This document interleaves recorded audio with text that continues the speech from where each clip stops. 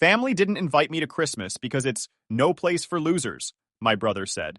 I calmly agreed and stopped funding his kids and wife. Now he's begging. My name is Baylor, and for 32 years, I've been the family ATM.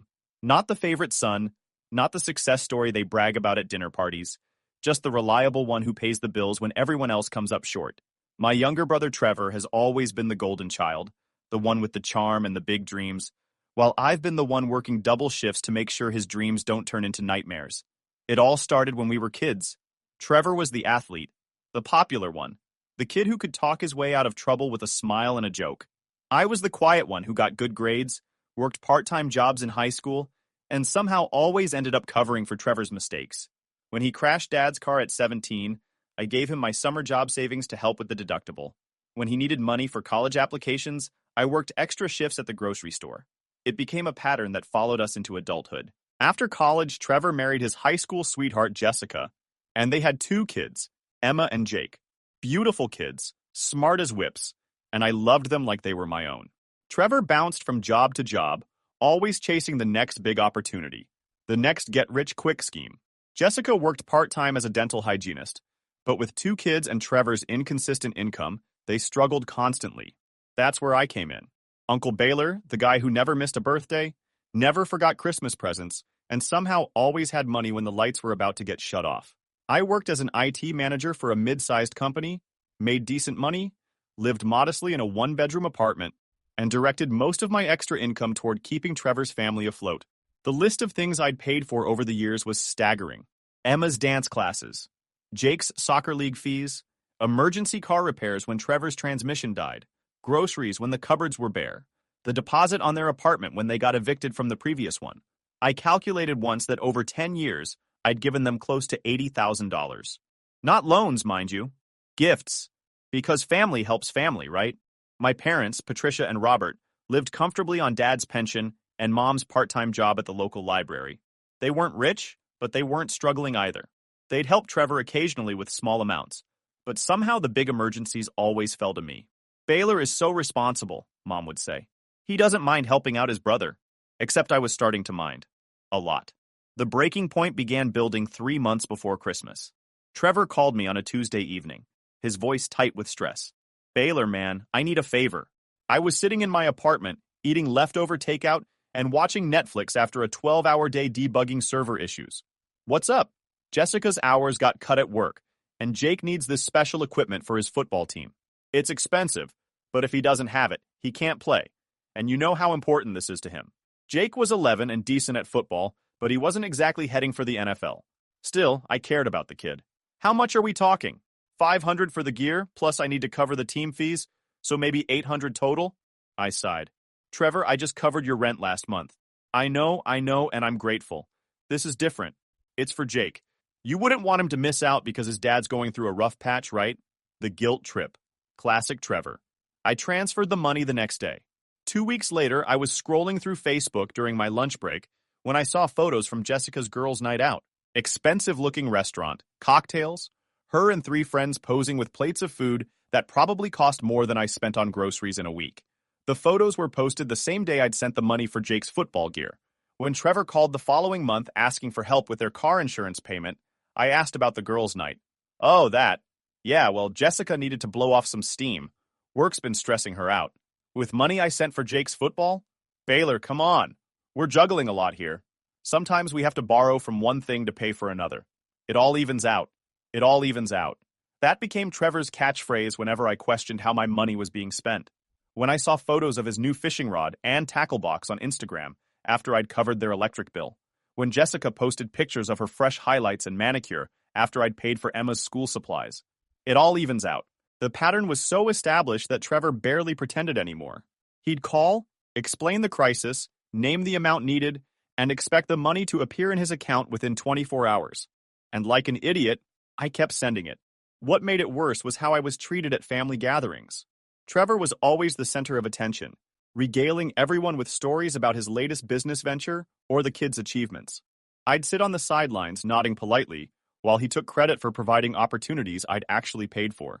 Jake's doing so well in football, he'd tell relatives. We invested in getting him the right equipment, and it's really paying off. Emma's dance recital was beautiful. We're so proud of her. The lessons are expensive, but it's worth it to see her shine. We. We invested. We're proud. Never a mention of Uncle Baylor, who made it all possible. During Thanksgiving dinner 2 months before the Christmas incident, Trevor announced his latest entrepreneurial venture. I'm starting a landscaping business, he said, gesturing with his fork. Going to be my own boss, set my own hours. I've got it all figured out. That sounds wonderful, honey, Mom said, beaming. You've always been so creative. I'd heard variations of this speech dozens of times. The food truck business that lasted 3 weeks. The online retail store that never sold anything. The personal training certification he got but never used. Each one was going to be the thing that finally made him rich and independent. The startup costs are pretty steep, though, Trevor continued, glancing in my direction.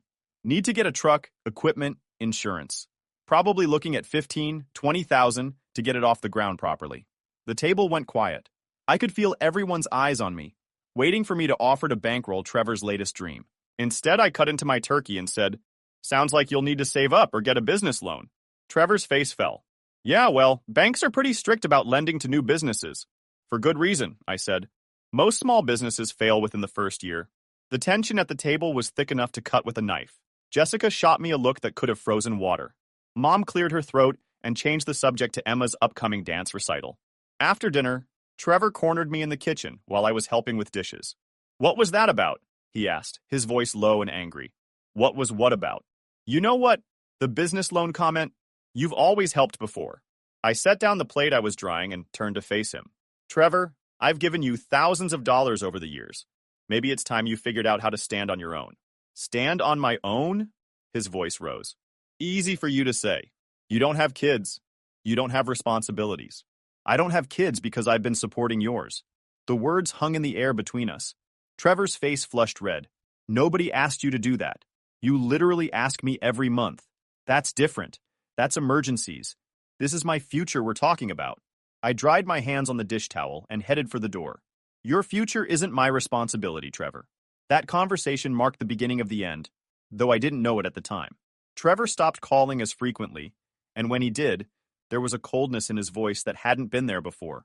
Jessica unfriended me on Facebook. The kids still hugged me when they saw me, but there was an awkwardness that hadn't existed before. 3 weeks before Christmas, I got a call from Mom. Baylor, honey, we need to talk about Christmas dinner. I was at my desk at work, trying to solve a network issue that had been plaguing us for days. What about it? Well, Trevor and Jessica think it might be better if we kept it small this year.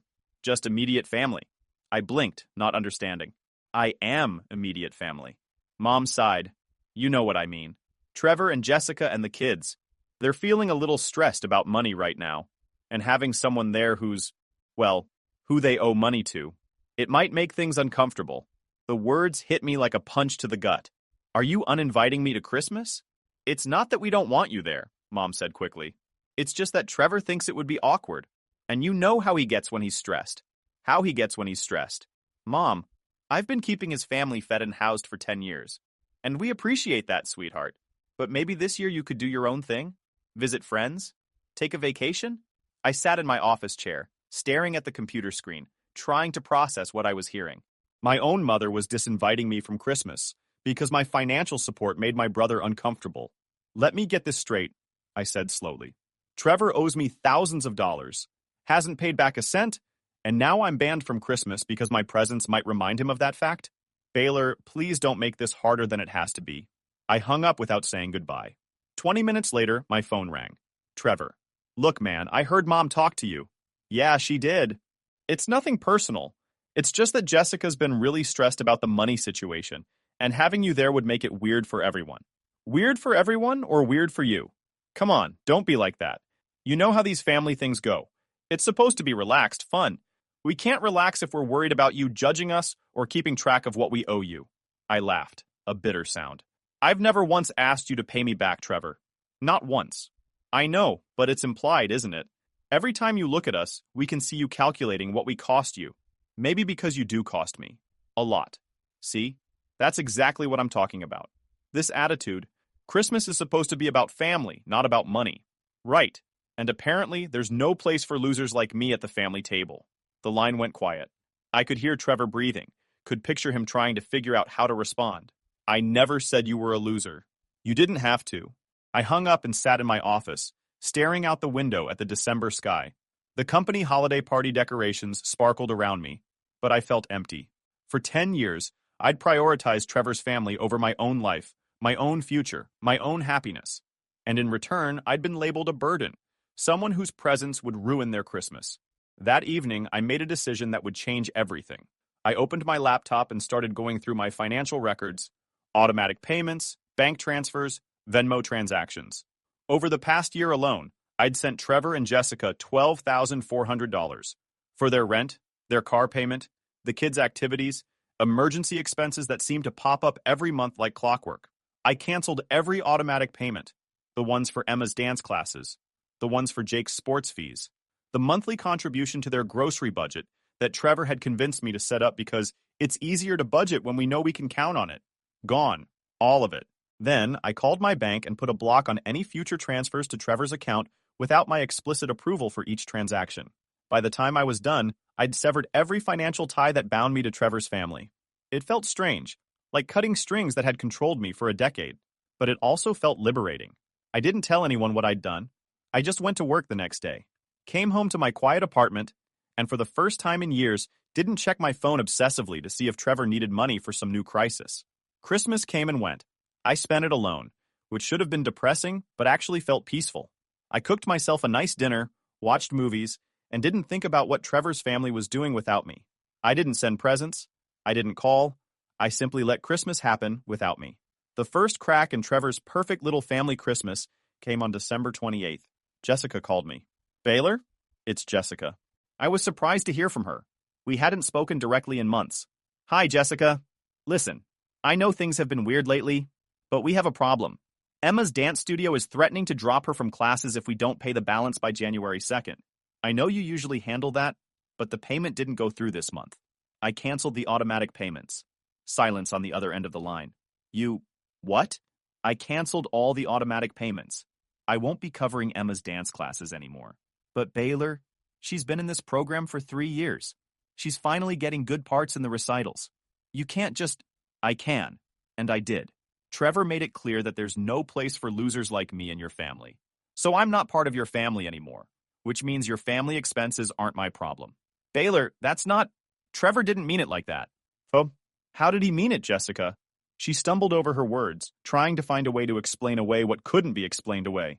He was just stressed. You know how he gets. I know exactly how he gets. And I know exactly what he meant.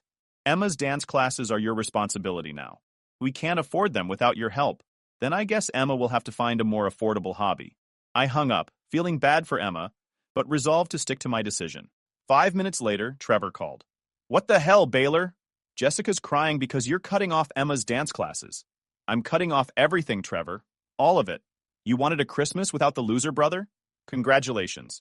You get a life without the loser brother, too. Come on, man. You're being petty. So we didn't invite you to one Christmas dinner. Big deal. Get over it. It's not about one dinner, Trevor. It's about 10 years of being treated like an ATM instead of a brother. We don't treat you like an ATM. I laughed. When's the last time you called me just to talk? When's the last time you asked how I was doing? When's the last time we hung out without you needing money for something? Silence. That's what I thought. Baylor, listen. I'm sorry about the Christmas thing. We can do New Year's instead. Big family dinner, just like always. With me paying for the groceries? Well, if you want to contribute... No, Trevor. I'm done contributing. To anything. Your rent, your car payment, your kids' activities, your wife's girls' nights. Done. You can't be serious. Dead serious. Figure it out yourself. The next few weeks were blissfully quiet. No emergency calls about past due bills. No last-minute requests for grocery money. No guilt trips about letting down the kids. For the first time in a decade, my bank account grew instead of shrank every month. I used the money I would have given Trevor to finally take that vacation I'd been putting off for years. I booked a week in Costa Rica, something I dreamed about but never done, because there was always some family crisis that required my funds instead. While I was lying on a beach in Tamarindo, sipping a cold beer and watching the sunset, my phone buzzed with increasingly desperate messages from Trevor. Baylor, call me. We need to talk. Dude, the mortgage company is threatening foreclosure. I need help. Baylor, please. The kids are asking why you haven't called. I read each message, felt a familiar pang of guilt, and then deleted them without responding. This was Trevor's test. Could he handle his own life without his big brother's financial safety net? The answer, apparently, was no. I came back from Costa Rica to find 23 missed calls from various family members. Mom, Dad, Trevor, Jessica, even Jessica's mother had called to tell me I needed to step up and help my brother. The first call I returned was to Mom. Baylor, thank goodness. Trevor's been trying to reach you for weeks. I know, I was on vacation. Vacation? While your brother's family is falling apart? My brother's family fell apart the day they decided I wasn't good enough to join them for Christmas. That's ancient history now, sweetheart. Trevor needs your help. They're behind on everything. The mortgage, the car payments, the kids' school fees. They might lose the house. Then maybe Trevor should get a job that pays enough to support his family. He has a job. Part-time at a sporting goods store, Mom. That's not a career. That's something teenagers do after school. You can't just abandon them. I'm not abandoning them. I'm setting boundaries. There's a difference. Mom sighed dramatically. I don't understand what's gotten into you. What's gotten into me is self-respect. Something I should have developed years ago. The conversation with Dad went similarly, except he tried the disappointed father approach. I raised you better than this, Baylor. Family takes care of family. I've been taking care of this family for 10 years, Dad. Where were you when Trevor needed help? We helped when we could. You helped with $50 here and there. I was sending thousands. Because you make more money. I make more money because I worked for it. I got an education, found a good job, and lived below my means. Trevor chose to coast on my generosity instead of building a career. He's trying. He's 30 years old, Dad. How long is he going to keep trying before he actually succeeds at something? Dad didn't have an answer for that. The most heartbreaking call came from Emma. She was 12 now, old enough to understand that something had changed, but not old enough to understand why. Uncle Baylor? It's Emma. Her voice was small, uncertain. It broke my heart. Hi, sweetheart. How are you? I'm okay, I guess. Mom says I can't do dance anymore because it's too expensive, and Daddy's been really sad lately. I closed my eyes, feeling the weight of her disappointment. I'm sorry to hear that, Emma. Are you mad at us? The innocent question hit me like a truck. I'm not mad at you, Emma. Not at all. Then why don't you come over anymore? Jake misses you too. We used to play video games all the time. It's complicated, sweetheart. It's a grown-up problem between me and your dad. Can't you just say sorry to each other and make up? If only it were that simple. Maybe someday, Emma. After I hung up with Emma, I sat in my apartment, questioning whether I was doing the right thing. These kids didn't ask to be born into a family where their father couldn't provide for them. They didn't deserve to suffer because of the conflict between Trevor and me. But I also knew that if I caved now, nothing would change. Trevor would learn that he could treat me however he wanted, and I'd still be there to bail him out. The pattern would continue indefinitely. I had to stay strong. February brought a new wave of desperation from Trevor. He'd lost the part-time job at the sporting goods store for showing up late too often. Jessica was working extra shifts at the dental office, but it wasn't enough to cover their expenses without my monthly contributions. Trevor started showing up at my apartment building, waiting for me in the parking lot when I got home from work. Baylor, we need to talk. I saw him before he saw me and considered turning around and driving away, but that would just delay the inevitable conversation. What do you want, Trevor? I want my brother back. He looked terrible. He'd lost weight, his clothes were wrinkled, and there were dark circles under his eyes. For a moment, I felt sorry for him. I'm right here. No, you're not. You're angry and bitter, and you're taking it out on Jessica and the kids. I'm not taking anything out on anyone. I'm just not paying your bills anymore. Baylor, we're going to lose everything. The house, the cars, everything. Is that what you want? What I want is for you to take responsibility for your own life. I am taking responsibility. I'm looking for a better job. I'm trying to get the landscaping business off the ground. With what money? You couldn't afford to start the business when you had my financial support. How are you going to do it now? Trevor ran his hands through his hair, a gesture I remembered from childhood when he was frustrated. I need help, Baylor. Just temporary. Just until I get back on my feet. How many times have I heard that over the past 10 years? This time is different. This time is different because I'm not falling for it anymore. Trevor's expression hardened. You know what your problem is. You're bitter because I have a family and you don't. You're alone and you're jealous. So you're trying to destroy what I've built. His words stung because there was a grain of truth in them. I was alone. I didn't have a wife or kids, but I'd made those sacrifices to support his family. You know why I don't have a family, Trevor?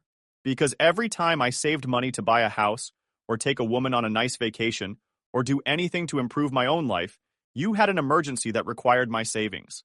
I put my life on hold for 10 years to support yours. Nobody asked you to do that. You asked me to do that. Every month, every crisis, every time you called crying about being broke. I never cried. You're crying now? Trevor wiped his eyes angrily. This isn't crying. This is frustration. This is consequences, Trevor. For the first time in your life, you're experiencing actual consequences for your choices. My choices? What about your choice to abandon your niece and nephew? The guilt trip. I'd been waiting for it. I didn't abandon Emma and Jake. I stopped enabling their father. They don't understand the difference. Then explain it to them. Tell them that Uncle Baylor isn't their personal ATM anymore. Trevor stood there for a moment, breathing heavily. Then he said the thing I knew was coming. If you don't help us, we're going to lose the house. Emma and Jake will have to change schools. Jessica might have to quit her job if we move too far away. You're going to destroy 2 innocent kids' lives because you're mad at me. I'm going to let you be responsible for your own family. Same thing. No, Trevor, it's not. He left after that, but I knew he'd be back. The foreclosure process takes months, and Trevor would spend every one of those months trying to guilt, manipulate, or convince me to save him one more time. March brought the divorce papers. Jessica filed for divorce and moved back in with her parents, taking Emma and Jake with her. The official reason was irreconcilable differences, but everyone in the family knew the real reason. Trevor couldn't provide for his family, and without my financial support, the whole house of cards had collapsed. Trevor called me, sobbing this time for real. Are you happy now? My wife left me. She took my kids. I'm going to lose the house. Everything's falling apart. I felt genuinely sorry for him, but I also knew that this collapse had been inevitable. I'd just been postponing it with regular infusions of cash. I'm not happy about any of this, Trevor. Then help me fix it. I can't fix your marriage. I can't fix your relationship with your kids. I can't fix the fact that you're 30 years old with no real job skills or career prospects. You could help me keep the house. If I can show Jessica that I've got the mortgage covered, maybe she'll come back. With money I give you? Just temporarily. No, Trevor. Jessica left because you can't support your family. If you get her back by using my money, what happens when I stop giving you money? She leaves again? I'll figure something out by then. You've been saying that for 10 years. After Trevor lost the house, he moved into a studio apartment across town. He got a job at a call center, something with regular hours and a steady, if modest, paycheck. It wasn't glamorous, but it was honest work. Jessica and the kids stayed with her parents. The divorce proceedings were messy and expensive, with both sides hiring lawyers they couldn't afford. Through all of this, I maintained my boundaries. No emergency loans, no temporary assistance, no bailouts of any kind. It was hard, especially when I thought about Emma and Jake dealing with their parents' divorce, but I knew that caving now would just restart the cycle. The turning point came in June. I was having dinner at a restaurant downtown when I saw Trevor at a corner table. He was with a woman I didn't recognize, someone pretty and well-dressed who was laughing at something he'd said. For a moment, I was angry. Here he was, taking some woman out for an expensive dinner while claiming he was broke. But then I noticed something. Trevor looked different, healthier. He'd gained back the weight he'd lost. His clothes were clean and pressed, and there was something in his posture that I hadn't seen in years. Confidence. Our eyes met across the restaurant. He said something to the woman, then walked over to my table. Baylor. Trevor. Can I sit down for a minute? I gestured to the empty chair across from me. He sat down and folded his hands on the table. I owe you an apology. I waited. Actually, I owe you a lot of apologies. And probably some money, but we both know I can't pay that back right now. What's changed? Everything. Losing the house, losing Jessica and the kids, having to move into that crappy apartment and work at the call center. It was horrible. But it was also the best thing that ever happened to me. How so? Because for the first time in my adult life, I had to figure things out for myself. No safety net. No big brother to call when things got tough. Just me and my problems. Trevor looked back at the woman at the corner table, who was patiently waiting for him to return. That's Sarah. She's an accountant. We met at work. She doesn't know about all the stuff with you and the money and everything. She thinks I'm just a normal guy who works at a call center and lives in a studio apartment. Isn't that what you are? Trevor smiled, the first genuine smile I'd seen from him in years. Yeah, it is. And you know what? It's not so bad. The work is steady, the pay is decent, and I'm not constantly stressed about money because I'm living within my means. What about Jessica and the kids? The divorce will be final next month. Jessica and I are doing better as co-parents than we ever did as spouses. The kids are adjusting. Emma's in a community center dance program that costs $20 a month instead of $200. Jake's playing in a community soccer league that's free. They're happy. Trevor reached into his pocket and pulled out his wallet. He counted out four $20 bills and placed them on the table. This is all I can afford right now, but I want to start paying you back. $80 a month until I've repaid everything I owe you. I looked at the money on the table. At $80 a month, it would take Trevor about 80 years to pay back what he owed me. Keep it, I said, pushing the bills back toward him. Take Sarah out for a nice dinner. Trevor's eyes filled with tears. Baylor, You don't owe me money, Trevor. You owe me an apology. And respect. And maybe we could try being actual brothers instead of whatever dysfunctional relationship we had before. I'd like that. We shook hands across the table, and for the first time in months, I felt like I had my brother back. The family slowly began to heal over the following months. Mom and Dad, who had initially blamed me for Trevor's downfall, gradually came to understand that I'd done him a favor by forcing him to stand on his own feet. Trevor's transformation from entitled mooch to responsible adult was impossible to ignore. Christmas that year was different. We had dinner at Mom and Dad's house, all of us together. But this time, Trevor brought a bottle of wine and a homemade dessert. He didn't ask for money. He didn't hint about financial problems. He just enjoyed being with his family. Emma and Jake were there too, shuttling between their parents' houses in the new normal of joint custody. They seemed happier than I'd seen them in years, probably because their parents weren't constantly fighting about money. Uncle Baylor, Emma said as we were opening presents. Thank you for the dance shoes. I'd bought her a pair of ballet slippers for her community center classes. They weren't expensive, but she acted like they were made of gold. You're welcome, sweetheart. Daddy says you helped him become a better person. Is that true? I looked at Trevor, who was helping Jake assemble a new Lego set. Your daddy helped himself become a better person. I just stopped making it so easy for him to avoid growing up. I don't understand. You will when you're older. As I drove home that night, I reflected on the past year. It had been hard, probably the hardest year of my adult life. There had been moments when I'd questioned whether I was doing the right thing. Moments when I'd nearly caved and sent money to ease some crisis or another. But seeing Trevor now, genuinely happy and self-sufficient for the first time in his adult life, I knew I'd made the right choice. Sometimes the most loving thing you can do for someone is refuse to enable their weaknesses. My phone buzzed with a text from Trevor. Thanks for dinner tonight, and thanks for everything else. Love you, bro. I smiled and typed back. Love you too. See you next week for Jake's soccer game. It was a small thing, making plans to see each other that didn't involve money or emergencies. But after 10 years of being treated like an ATM, it felt revolutionary. I'd finally gotten my brother back, and more importantly, I'd gotten myself back. The best part about setting boundaries wasn't just that it forced Trevor to grow up. It was that it freed me to start living my own life. With an extra $1,000 a month staying in my account instead of flowing to Trevor's family, I was able to make down payment on a house, start dating seriously for the first time in years, and even begin planning for my own future instead of constantly managing someone else's crisis. Sometimes being a good brother means saying no. It took me 32 years to learn that lesson, but better late than never.